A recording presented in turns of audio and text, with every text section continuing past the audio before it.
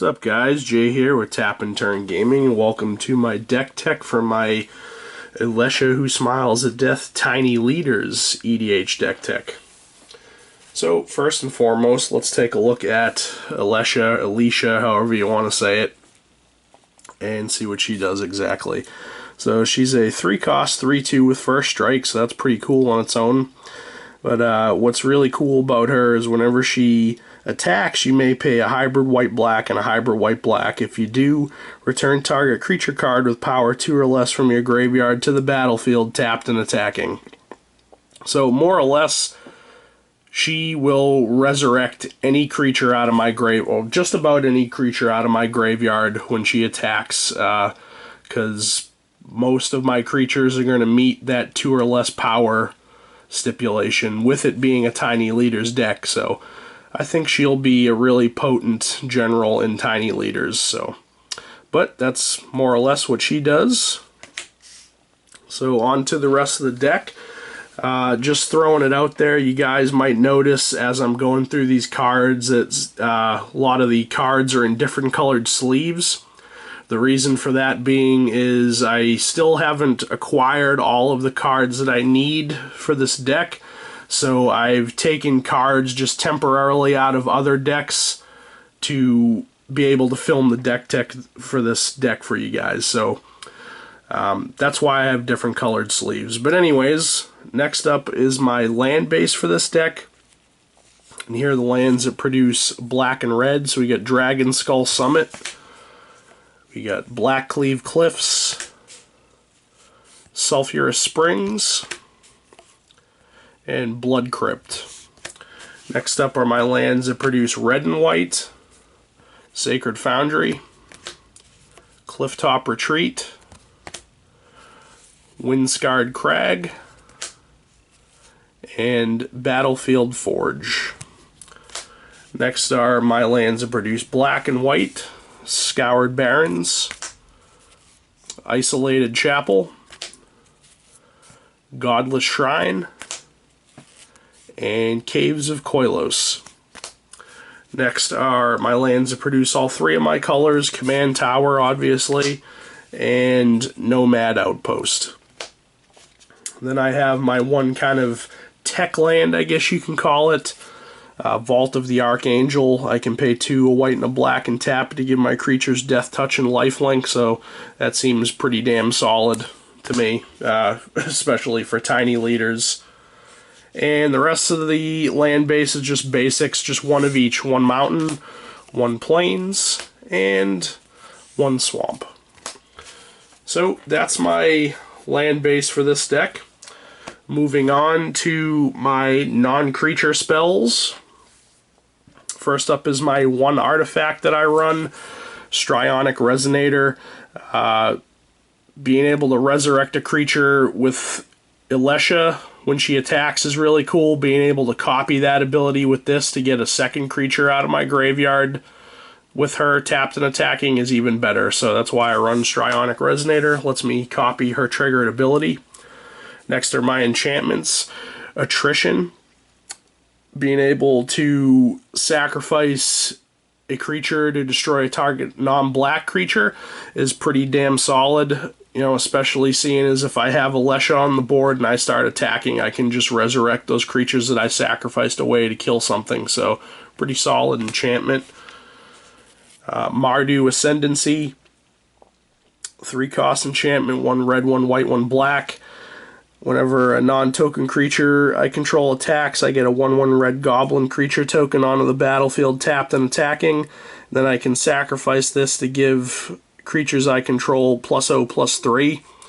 I mean, that second mode doesn't seem too bad, but just being able to get tokens onto the board whenever I attack with a non-token creature and those tokens come in tapped and attacking is pretty solid. So, I mean, this deck's built to be super aggressive, so that enchantment will, allow me to do that. By being aggressive, it, nets me more aggressive creatures that are attacking my opponent. Here's Gift of Immortality, a 3-cost white aura. When the enchanted creature dies, that creature gets returned to the battlefield under my control. then this enchantment comes back attached to that creature at the beginning of the next end step. So more or less I'm going to be putting this on Alesha. So, you know, if she does die, she'll immediately come back, and then end of turn, this will come back onto her. So it basically just enables me to just attack and attack and attack and attack with her over and over and over, and, you know, not really have to worry about her, you know, biting it and going back to the command zone. Essentially, when you have this enchantment on a creature, your opponent basically has to kill that creature twice in order for it to really die. So that's Gift of Immortality. It's pretty cool. Next we got Raid Bombardment, a 3-cost red enchantment. Whenever a creature you control with power 2 or less attacks, this deals 1 damage to defending player. So with it being a tiny leader's deck, all my creatures are more or less going to have 2 or less power. So every time one of my creatures attacks with this enchantment on the board, my opponent takes 1 damage. So pretty awesome. Here's Oblivion Ring.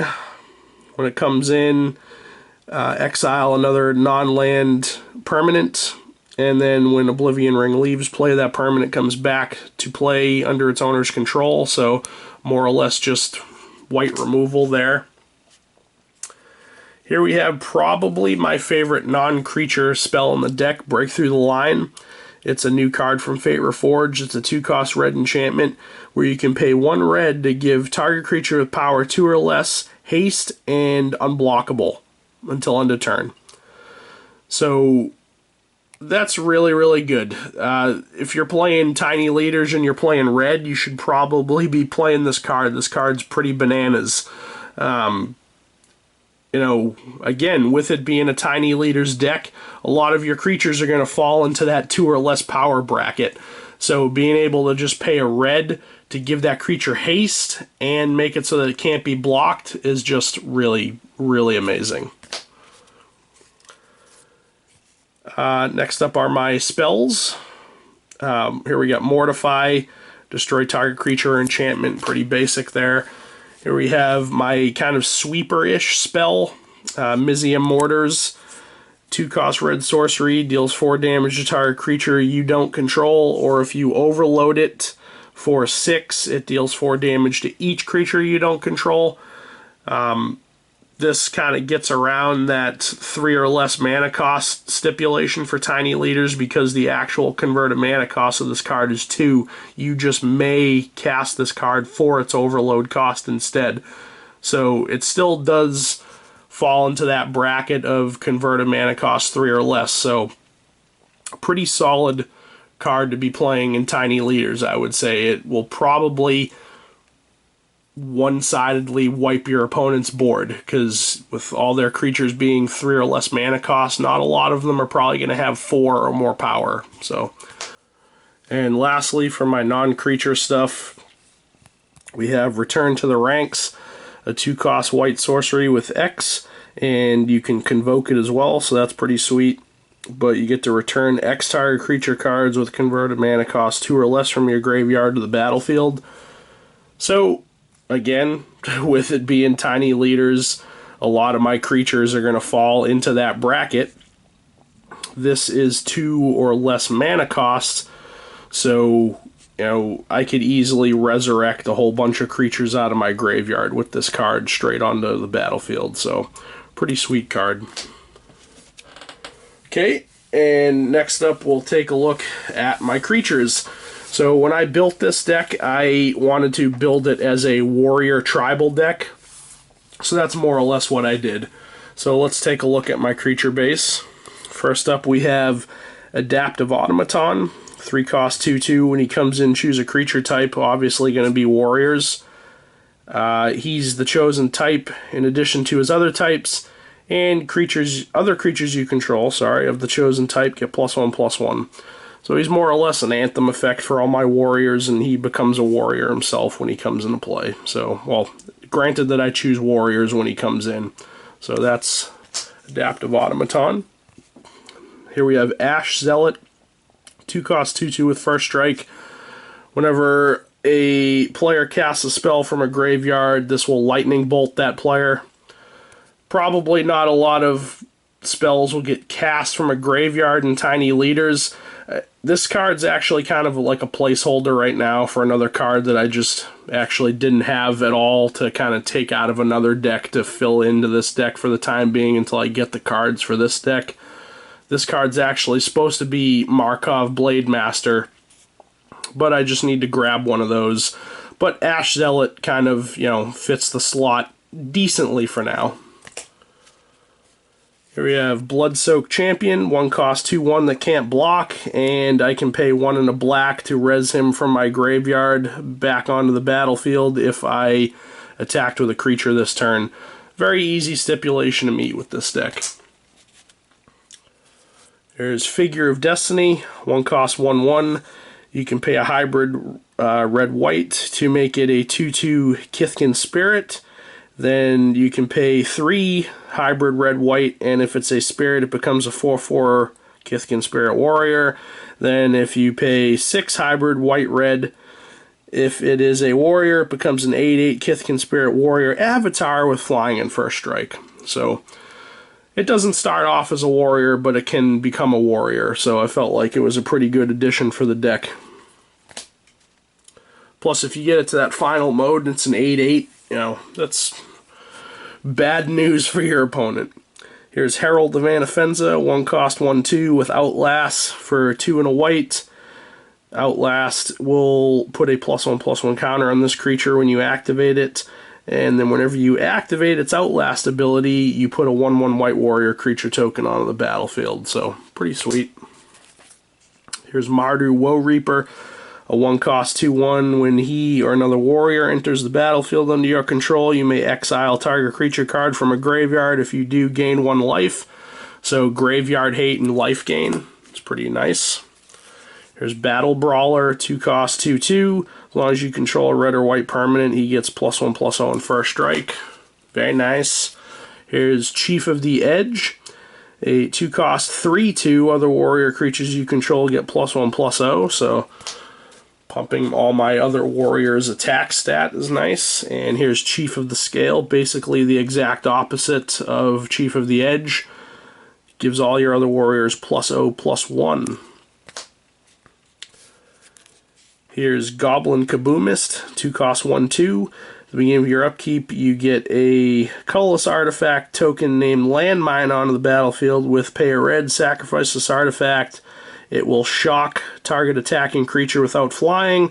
Then you flip a coin. If you lose the flip, Goblin Kaboomist deals 2 damage to itself. I really do like this card in this deck. You know, I'm not too concerned about him kabooming himself. If I do activate that ability and flip a coin and lose the flip, because if I attack with Alesha, I'm probably going to be able to reanimate him from my graveyard anyways. Plus, if I start stacking up those, you know, basically landmine tokens, you know, even if he's not on the board, I can still activate those to shock stuff. So, you know, he's pretty solid creature removal for Tiny Leaders, I'd say, if you're in red. Here's Goblin War Driver, 2 cost 2/2 with Battle Cry. It's more or less what he does. Battle Cry is whenever this creature attacks, each other attacking creature gets +1/+0. So, with this being a very aggressive deck, he fits into the theme quite well. Here's Heartlash Cinder, 2 cost 1/1 with haste. With old school devotion, they called it Chroma back in the day. I think this card's from Eventide, I believe. But Heartlash Cinder gets +X/+0 when he comes in, and until end of turn, where X is the number of red mana symbols and the mana cost of permanents you control, so more or less it's your devotion to red. So he's pretty cool. He can come in, be hasty, and hit for a lot of damage if I have, you know, quite a few red mana symbols among permanents I control. Here's Kargan Dragonlord, 2 cost 2/2 with level up for 1 red. If he is level 4 to 7, he's a 4/4 flyer. Then if you get him to level 8 or higher, he's a 8/8 flyer with trample and fire breathing. So, very nice. Here's Mog War Marshal, 2 cost 1/1 with Echo for 1 and a red. When he comes in or dies, you get a 1/1 red goblin creature token onto the battlefield. So, he's pretty cool. He brings friends. Here's Sting Scourger, 2-cost 2/2 with Echo for 3 and a red. When he enters the battlefield, you bounce a creature an opponent controls to their hand. So he's pretty cool. He's a warrior. He's a 2/2 body, and he'll bounce a creature to your opponent's hand. And he's red too, so you're not going to see that in red very often. Creature bouncing. Here we got Tymaret, the Murder King, 2-cost 2/2. You guys will know who he is if you've seen my previous deck tech on him, where I have a 100-card EDH deck built around him. But he fits quite well into this deck. You can pay one in a red and sacrifice another creature to have him deal 2 damage to target player, or pay 1 in a black, sacrifice a creature, and return Tymaret from your graveyard to your hand. So, pretty cool. Here's Warname Aspirant, 2-cost 2/1, that can't be blocked by creatures with power 1 or less. And if you have attacked with a creature this turn, when you cast this, it comes in with a +1/+1 counter. So pretty cool. Here's Archetype of Courage. It's actually the one creature in this deck that's not a warrior. It's a soldier, but I felt like I wanted to play it in the deck just for the ability that it grants all my creatures, which is First Strike. So I felt like that was pretty relevant. But anyways, he's a 3-cost 2/2. Creatures you control have First Strike, and creatures your opponents control lose First Strike and can't have or gain First Strike. So he's pretty cool. Here's Goblin Rabble Master. For any standard players, you'll know exactly what this guy does. He's a 3-cost 2/2. Other goblin creatures you control attack each turn if able, and at the beginning of combat on your turn, you put a 1/1 red goblin creature token with haste onto the battlefield. And whenever a Goblin Rabble Master attacks, he gets +1/+0 until end of turn for each other attacking goblin. So he's pretty cool. Here's Inner Flame Igniter, 3-cost 2/2, where you can pay 2 and a red to give creatures you control +1/+0 until end of turn. And then if this is the 3rd time you've resolved this ability, creatures you control also gain First Strike. So being able to pump the attack of all your creatures for 3 is pretty sweet. You probably generally won't ever get to that 3 times activating that ability, but if you do, all your creatures will get First Strike too. And lastly, Mud Button Torch Runner, 3-cost 1/1. When he dies, he lightning bolts. So pretty cool. Alright, that's it. That is my deck tech for my Alesha Who Smiles at Death Tiny Leaders deck. So let me know what you guys think of my deck. If you like it, don't like it. If there's, cards that you would take out, and replace with another card, let me know in the comments section below what you think of my deck. Give me suggestions as to, other cards, that you would, add in, take out, all that kind of stuff. So I really do like to hear your comments and suggestions, guys. I really do. But yeah, this has been Jay with Tap and Turn Gaming. Hope you guys enjoyed the video. Like, comment, subscribe, all that stuff. And stay tuned to our channel for more stuff on Tiny Leaders. Thanks a lot.